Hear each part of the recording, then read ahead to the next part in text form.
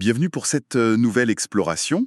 Aujourd'hui, on s'attaque à un vrai géant du web, un que franchement on utilise presque tous les jours, YouTube. Ah oui, YouTube.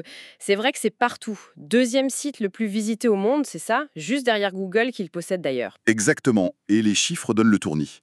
Des milliards d'heures vues chaque jour, c'est colossal. C'est ça. Tellement omniprésent qu'on en oublierait presque toute la machine qu'il y a derrière. Comment ça a démarré, comment ça a évolué. Et c'est justement ça l'idée aujourd'hui. On va essayer de décortiquer un peu ce phénomène YouTube. Bonne idée. On va s'appuyer pour ça sur les infos d'un extrait assez détaillé de la page Wikipédia. Le but, c'est de retracer l'histoire, comprendre les mécanismes, le modèle économique, l'impact social, et puis aussi, il ne faut pas l'oublier, les controverses. Oui, parce qu'il y en a eu quelques-unes. Carrément. Alors, on commence par le commencement, la naissance en 2005. Allons-y. Alors, officiellement, la création, c'est le 14 février 2005, Saint-Valentin, tiens, par trois anciens de PayPal, Chad Hurley, Steve Chen et Jawed Karim. Des gens qui avaient déjà une certaine expérience et j'imagine quelques moyens. Ouais, voilà. Ils avaient bien profité du rachat de PayPal par eBay, donc ils avaient un peu de capital pour démarrer. Et l'expérience technique aussi, bien sûr. Il y a cette histoire qui circule souvent là. Une soirée entre amis, impossible de partager des vidéos. C'est vrai ce truc? Alors, c'est l'histoire officielle, celle qui était bien pratique pour le marketing, quoi. Steve Chen a même reconnu que c'était une histoire facile à raconter, digestive. Ah d'accord. Mais Jawed Karim, lui, a donné une autre version. Il dit avoir été frustré de ne pas trouver facilement des vidéos en ligne, genre l'incident de Janet Jackson au Super Bowl, ou même le tsunami de 2004 en Asie. Donc un besoin plus concret, lié à l'actualité ou à des événements marquants? C'est ça. Un besoin d'une plateforme simple pour trouver et partager des vidéos. Mais au tout début, l'idée était même pas fixée là-dessus. Ah bon? C'était quoi alors? Hurley et Chen auraient d'abord pensé à un site de rencontres vidéo, un peu sur le modèle de Hot or Not. Ils auraient même essayé de récupérer des vidéos de femmes via Craigslist, mais sans succès, faute de contenu. D'accord, donc ils ont pivoté. Exactement. Ils ont décidé d'ouvrir la plateforme à n'importe quel type de vidéo. Et ça, cette ouverture, ça a été probablement décisif. Ils ont eu un financement de Sequoia Capital, Artist Capital Management. Et le premier QG, c'était au-dessus d'une pizzeria. Très cliché, start-up. La fameuse pizzeria. Et la toute première vidéo, elle existe toujours? Oui, oui, Me at the Zoo, mise en ligne par Jawed Karim lui-même en avril 2005. C'est très court, assez banal, il est devant des éléphants, mais c'est symbolique. Toujours en ligne. Incroyable. Et après ça, le lancement? Lancement en bêta en avril, et puis la sortie officielle en décembre 2005. Déjà 8 millions de vues par jour à ce moment-là. La croissance a été assez rapide, aidée aussi par une pub Nike avec Ronaldinho qui a fait le buzz en novembre. 1 million de vues, c'était énorme à l'époque. Mais c'était pas la première plateforme du genre, si. Il y avait Vimeo avant, non? Tout à fait. Vimeo a été fondé un peu avant, en novembre 2004. Mais c'est YouTube qui a vraiment capté l'effet viral. Et le point de bascule, ce serait ce sketch de SNL, Lazy Sunday. Ah oui, clairement. Fin 2005. Quelqu'un l'a mis sur YouTube, c'était pas officiel du tout et ça a explosé. Complètement. Même si la chaîne NBC l'a fait retirer après. Oui, pour des questions de droit d'auteur. C'était le début d'une longue histoire entre YouTube et les ayants droit. Mais le mal était fait, si on peut dire. Ça a montré le potentiel viral incroyable de la plateforme. Les gens sont arrivés en masse. Et là, Google commence à regarder ça de près, j'imagine. Carrément. En juillet 2006, on parle de 65 000 nouvelles vidéos chaque jour, 100 millions de vues quotidiennes. Google flairant la bonne affaire, ils n'ont pas attendu longtemps. Le rachat. Voilà. Annoncé en octobre 2006, finalisé en novembre, montant 1,65 milliard de dollars. En action, Google. C'était une somme astronomique pour l'époque, pour une si jeune entreprise. Ça a dû valider leur modèle et surtout leur donner des moyens considérables. Ah oui, c'est là qu'il lance le slogan Broadcast Yourself. Diffusez-vous vous-même. Une promesse d'ouverture, de démocratisation de la vidéo. Mais une promesse qui a dû vite se confronter à des problèmes techniques, non? La bande passante, tout ça. Énormément. La consommation de bandes passantes est devenue dingue, comparée à ce que tout Internet consommait quelques années avant. En 2010, YouTube, c'était déjà presque la moitié du marché de la vidéo en ligne. Waouh. Donc ils ont dû adapter l'infrastructure et aussi l'interface utilisateur, simplifier plusieurs fois entre 2010 et 2013 pour que ça reste fluide. Et le volume de contenu, ça n'arrêtait pas de grimper. Les chiffres sont fous. 48 heures de vidéo par minute en 2011. puis 100 heures par minute en 2013 et 300 fin 2014. C'est vertigineux. Et ce chiffre intéressant, à l'époque, 30% des vidéos faisaient 99% des vues. Ça veut dire quoi au fond? Ça montre que même si la plateforme se voulait ouverte à tous, la réalité de l'attention était déjà très concentrée. Un phénomène de superstar, un peu comme dans la musique ou le cinéma, s'est mis en place très tôt. La longue traîne, mais avec une tête très très grosse. C'est exactement ça. C'est aussi pendant cette période-là qu'ils ont eu le gros procès avec Viacom sur les droits d'auteur. Et ils ont gagné en 2012, ce qui a été crucial pour la survie de leur modèle, basé sur le contenu généré par les utilisateurs, avec le système DMCA pour gérer les plaintes. Et puis, changement de direction aussi. Mitch Adderley passe conseiller et c'est Salar Kamangar qui prend la tête en 2010. On arrive ensuite à 2014 avec l'arrivée de Suzanne Wojcicki, une figure de Google. Elle était là depuis le début ou presque. Oui, une personnalité très importante chez Google. Elle prend les rênes de YouTube en février 2014. Son passage marque vraiment une nouvelle phase. Plus de structuration, de diversification. On voit ça avec l'expansion physique. Ils achètent des bureaux. Oui, à San Bruno. Et puis une grosse refonte visuelle en 2017. Le design polymère, le nouveau logo avec le bouton Play mis en avant. C'était un changement assez marqué. Mais surtout, c'est l'explosion des modèles économiques autres que la pub classique, non? Tout à fait. C'est vraiment sous son aire que ça se développe. Il y avait eu des tests de chaînes payantes avant, mais c'est là que ça prend forme avec Music Key, qui devient YouTube Red, puis YouTube Premium. L'offre sans pub, avec les originals, la lecture en arrière-plan. Voilà. Et en parallèle, le lancement de YouTube Music, une appli dédiée pour aller concurrencer Spotify, Apple Music sur leur terrain. Il y a aussi le Super Chat qui arrive pour les dons pendant les lives. Et des produits plus ciblés. Oui, YouTube Kids en 2015 pour essayer de proposer un environnement plus sûr pour les enfants et rassurer les annonceurs par la même occasion, avec des contrôles parentaux, etc. Et YouTube Gaming, la même année, pour essayer de prendre des parts de marché à Twitch dans le jeu vidéo. Et ce YouTube Kids, ça n'a pas été sans difficulté, notamment avec la réglementation sur les données des enfants, hein. Non, effectivement, ça a été un gros dossier. La loi américaine COPPA sur la protection de la vie privée des enfants en ligne, YouTube a pris une amende assez salée, 170 millions de dollars. Ah oui, quand même. Et ça les a obligés à changer beaucoup de choses sur la façon dont les contenus faits pour les enfants sont identifiés, traités, monétisés. C'est devenu beaucoup plus strict. Ils ont créé un mode supervisé aussi en 2021. C'est un bon exemple de la pression réglementaire qui s'accentue. Et c'est aussi sous Wojcicki qu'arrivent les shorts, la réponse à TikTok, clairement. Oui, il fallait réagir à la montée en puissance de TikTok et des formats courts, verticaux. Donc YouTube lance les shorts. Et puis, il y a eu cette décision très controversée, la suppression du compteur de dislikes public. Ah oui, novembre 2021. Ça a fait beaucoup de bruit. L'argument officiel, c'était quoi justement? La lutte contre le harcèlement? C'est ça. Éviter le dislike bombing quand des groupes s'organisent pour descendre une vidéo massivement. Mais la pilule a eu du mal à passer pour beaucoup d'utilisateurs et de créateurs. Pourquoi autant de réactions? C'est juste un chiffre sous une vidéo, non? Oui, mais pour beaucoup, c'était un signal rapide. Pas parfait, hein, mais un indicateur quand même. Pour repérer vite fait une arnaque, une info bidon, ou juste une vidéo de mauvaise qualité technique ou mal expliquée. Une sorte de garde-fou communautaire. Un peu, oui. Le cofondateur, Jawed Karim, celui de Me at the Zoo, il a même modifié la description de sa vidéo pour critiquer la décision. Il a parlé d'idées stupides qui remettaient en cause la sagesse des foules. Ça touchait vraiment à la relation de confiance entre la plateforme et ses utilisateurs. Intéressant. Et ça nous amène à la période actuelle. Neil Mohan a pris la suite en février 2023. Suzanne Wojcicki est partie, et puis on a appris son décès en 2024, ce qui était triste. Oui, absolument. Et sous Neil Mohan, une priorité semble très claire, intensifier la lutte contre les bloqueurs de publicité.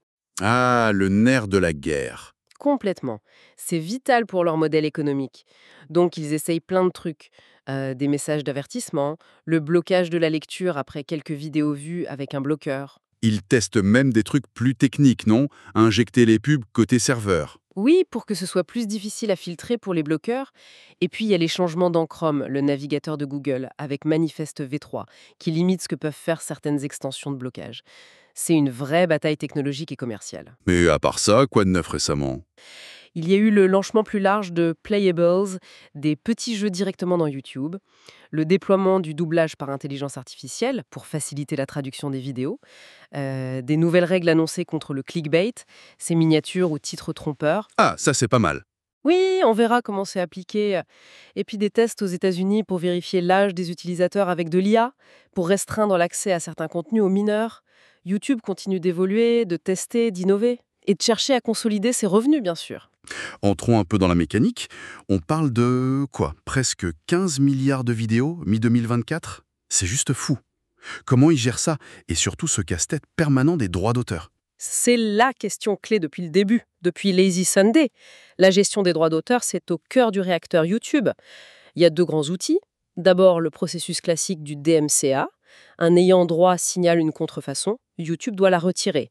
C'est là qu'interviennent les fameux copyright strikes. Au bout de 3, ta chaîne peut sauter. D'accord. Et l'autre outil? C'est Content ID.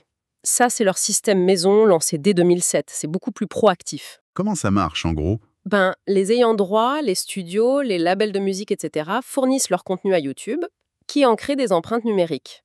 Quand une nouvelle vidéo est mise en ligne par un utilisateur, hop, elle est comparée à cette énorme base de données d'empreintes. Et s'il y a une correspondance? L'ayant droit est alerté et il a le choix. Soit il bloque la vidéo, soit il la laisse en ligne mais récupère les revenus publicitaires générés, la monétisation, soit il la laisse juste en ligne pour suivre les statistiques. C'est puissant comme système. Extrêmement. C'est ce qui permet à YouTube de gérer des millions d'heures de vidéos uploadées chaque jour. Mais c'est aussi controversé. Pourquoi? Même s'il y a des moyens de contester. Oui, il y a une procédure de contestation, mais elle peut être longue, complexe, et pendant longtemps, la vidéo était démonétisée pendant la contestation. Depuis 2016, l'argent est mis de côté, ce qui est un peu mieux, mais ça reste un équilibre très difficile à trouver entre protéger les créateurs originaux et permettre la réutilisation créative. Un équilibre qui penche souvent d'un côté. Disons que la tendance récente, avec des signalements parfois pour quelques secondes de musique, montre que le système peut être très très strict, favorisant souvent les gros ayants droit. C'est un débat constant.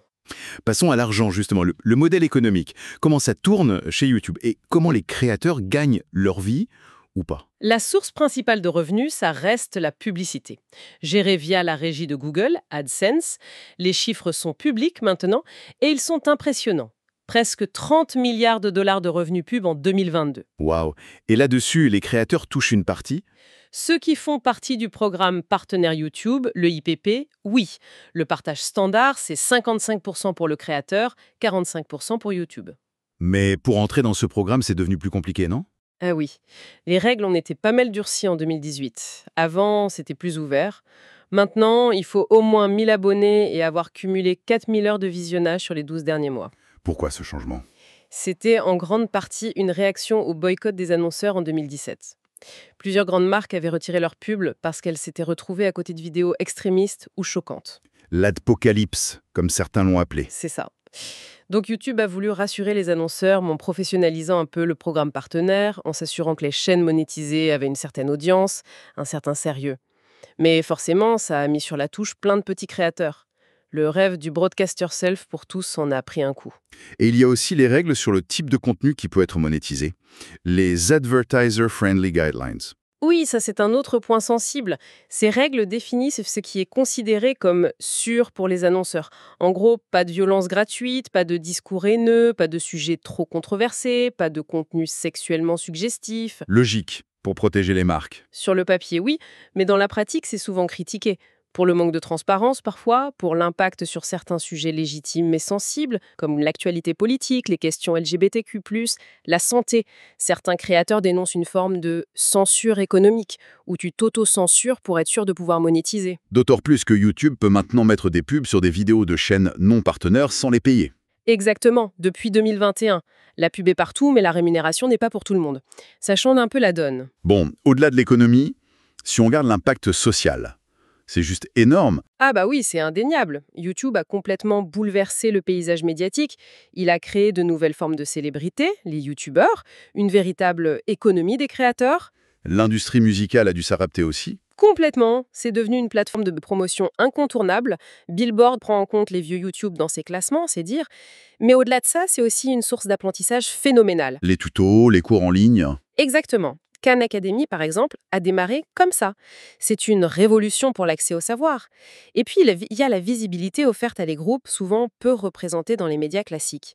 Des études ont montré que les minorités étaient parfois surreprésentées parmi les chaînes populaires. Un espace plus démocratique en quelque sorte? C'est ce que certains observateurs ont dit, oui. Un espace pour le journalisme citoyen aussi. Et l'impact politique est évident. Ah oui, des débats présidentiels organisés en partenariat avec YouTube aux États-Unis, jusqu'au rôle absolument crucial pendant le printemps arabe, les gens filmaient avec leur téléphone et mettaient ça sur YouTube pour montrer au monde ce qui se passait. C'était l'outil pour témoigner. Voilà, Facebook pour organiser, Twitter pour coordonner, YouTube pour montrer. C'est un peu schématique, mais ça donne une idée. On a vu aussi l'impact de vidéos virales comme Connu 2012, même si c'était controversé. Les gouvernements l'utilisent, les mouvements sociaux comme It Gets Better y ont trouvé une résonance mondiale. Mais évidemment, cette puissance, cette portée, ça vient avec une face plus sombre, des controverses. Inévitablement. Le plus gros défi, c'est la modération du contenu. À l'échelle de YouTube, c'est titanesque comme tâche. Avec des ratés parfois spectaculaires. Oui, on se souvient du scandale Elsagate, ces vidéos d'apparence enfantine mais au contenu hyper violent ou suggestif, ou le problème des commentaires pédophiles sous des vidéos d'enfants qui a obligé YouTube à désactiver les commentaires sur des millions de vidéos. Et puis, il y a la désinformation, les théories du complot. Un problème majeur. Et là, le rôle de l'algorithme de recommandation est souvent pointé du doigt. L'algo est conçu pour nous garder sur la plateforme le plus longtemps possible. Est-ce que ça favorise la diffusion de contenus sensationnalistes, voire mensongers? C'est un débat énorme. Certains chercheurs parlent même de radicalisation via YouTube. Oui, Zeynep Tufekci, par exemple, a beaucoup écrit là-dessus, en disant que l'algorithme pouvait petit à petit amener des utilisateurs vers des contenus de plus en plus extrêmes. YouTube dit avoir changé ses algos pour éviter ça. Oui, ils affirment avoir réduit drastiquement la recommandation de contenus borderline ou de désinformation. Les études indépendantes donnent des résultats un peu contrastés. Certaines montrent que l'effet n'est peut-être pas si généralisé. D'autres pointent quand même une tendance à recommander certains types de contenus, disons, conservateurs ou religieux, même si l'utilisateur n'a pas montré d'intérêt spécifique. C'est complexe. Difficile de savoir la part exacte de l'algorithme là-dedans. Très difficile. Mais la question de son influence sur nos opinions, sur la polarisation de la société, elle est posée, clairement. Et puis, il y a la question de la confidentialité des données, bien sûr. Surtout après l'amende COPPA sur les données des enfants.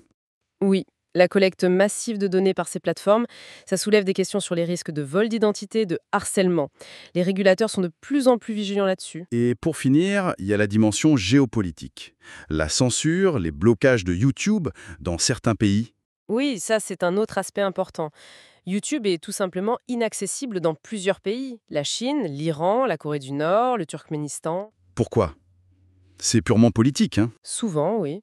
Contrôler l'information, éviter les critiques du gouvernement ou de la religion dominante.